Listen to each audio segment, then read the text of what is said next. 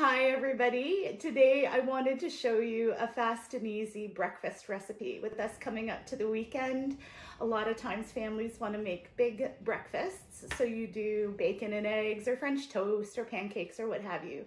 I wanted to show you how to make 12 mini frittatas in your brownie pan. And I'm going to use some tools that you might not have thought of to use for this recipe. So we're gonna start, I have our old style Pampered Chef Quick Stir pitcher, and I have eggs cracked in here already. But that has a plunger, so it's gonna do all the work for us.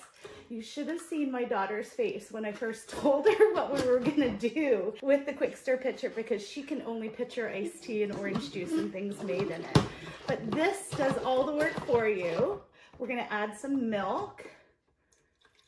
And that's our omelet base. But look at that, you can have 12 eggs cracked in there all ahead. You could use a conventional bowl and a whisk if you want to do that, but this is so much faster and easier. We're going to make a variety. So I have our manual food processor here. The other video I showed you my favorite tool, Arnold, the food chopper. This one does the exact same thing, but it's much gentler, much softer. This is the tool that I use all the time when I want to make salsa. So into our manual food processor, comes apart in 3 easy pieces, and it has a little rubber ring in the bottom so it doesn't scoot across your countertop when you're mixing things up. I have a little bit of onion in this bowl, and I just want to cut it down a little bit smaller and throw it into our bowl. And I want to do some peppers in there as well. And I wanted to give you a little tip about peppers, a couple of tips. Female peppers have 4 bumps on the bottom and male peppers have 3, because we have 4 bumps and a male has 3. Female peppers are sweeter. They're very well behaved. If you wanted to use them to stand up and cut them in half and fill them full of dip to have on a veggie and dip platter.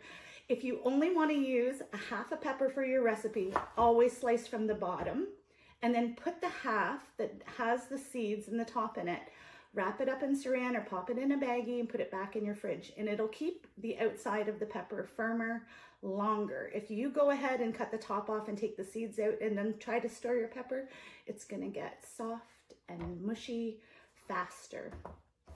So here's our pepper. I'm just cutting it into manageable pieces, throwing it in our manual food processor, and I'm gonna pop the top on and pump the handle, just like this.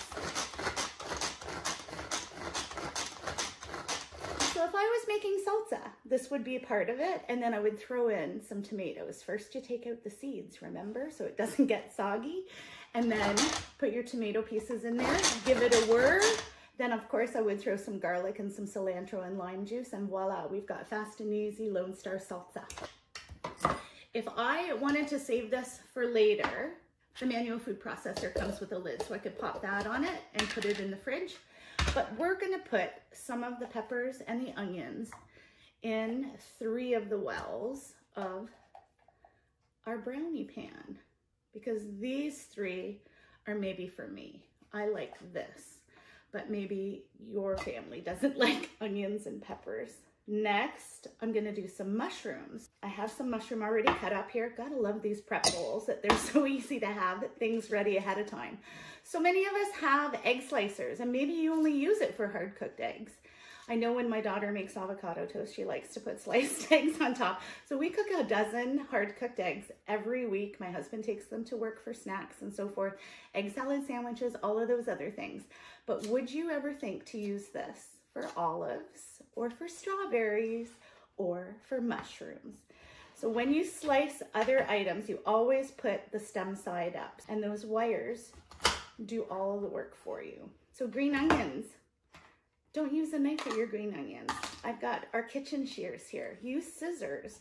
These are super, super strong, and they do a great job of springing back, so it's very little effort for you, and you get those beautiful little onion rings. I don't know about you, but I like spinach, so we're gonna do some with spinach in it as well. And I think the last 3, we're gonna have plain, maybe just cheese.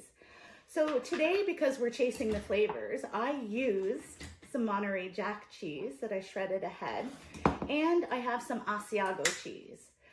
I have our small microplane grater this time and a big chunk of Asiago. This does a super, super fine grate, as you can see. And I have some of our bell pepper and herb rub that I'm gonna put on the onion and pepper. And then we're gonna put our egg mixture. I did brush a little bit of oil in the bottom of each of these wells. And what that does is it helps crisp up the egg. Last but not least, I want to show you the cooked bacon. So I use my bar pan to cook bacon. And if you have one of these bar pans or a sheet pan or something like that and you're not cooking bacon in the oven, ask yourself why not.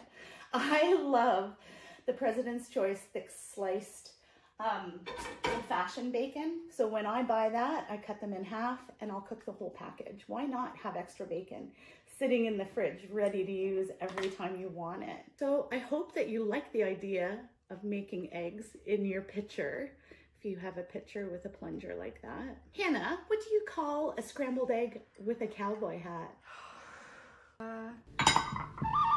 A Western omelet! Oh God, what? Into the oven this goes. And we're gonna time that for 20 minutes at 350. Little mini quiches, because we're all looking for more flavor. Who doesn't need more flavor? I gotta have more cowbell.